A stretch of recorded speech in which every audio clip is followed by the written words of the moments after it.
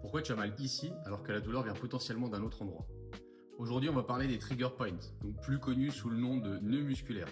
Parce que beaucoup de gens pensent avoir une simple contracture alors qu'en fait c'est beaucoup plus précis que ça. Pour comprendre le trigger point ou nœud musculaire, il faut d'abord comprendre le fonctionnement du muscle en lui-même. Les muscles ne servent pas uniquement à bouger, ce sont de vrais organes à part entière.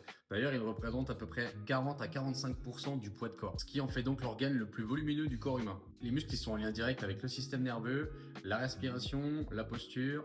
Chaque muscle est composé de fibres musculaires organisées en faisceaux qui se contractent et se relâchent. Un trigger point ou nœud musculaire, c'est quand une de ces petites zones reste contractée et n'arrive plus à se relâcher. Et elle forme ce qu'on appelle une bande tendue à l'intérieur du muscle. Dans cette zone, la circulation sanguine diminue, l'apport en oxygène baisse, les déchets métaboliques s'accumulent et on va avoir un système nerveux qui va devenir hypersensible. C'est pourquoi lorsqu'on appuie sur un nœud musculaire, c'est douloureux, la douleur elle est très précise et elle est parfois disproportionnée par rapport à la taille du point. C'est un dérèglement local du fonctionnement musculaire et tout ça entretenu par le système nerveux. Et tant que le nœud n'est pas désactivé, le muscle ne fonctionnera pas normalement.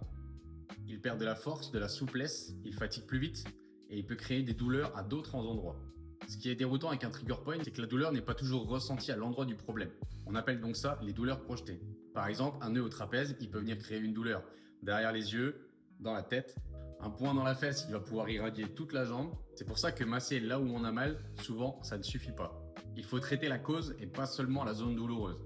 Les trigger points ou nœuds musculaires, ils apparaissent rarement par hasard. Les causes les plus fréquentes sont surcharge musculaire, mouvements répétés, posture prolongée ou déséquilibre, manque d'hydratation, sommeil insuffisant, traumatisme ou immobilisation après blessure. Ce sont des mécanismes d'adaptation du muscle qui finissent par se transformer en douleur chronique. Comment on peut faire pour les libérer? Un trigger point, ça se traite très bien quand on sait exactement quoi faire.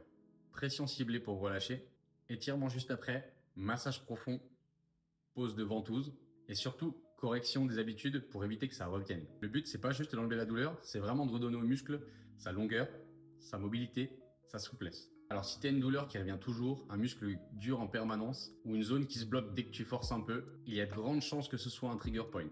Et maintenant que tu sais ce que c'est un trigger point, dis-moi en commentaire si toi aussi tu as des zones qui sont douloureuses.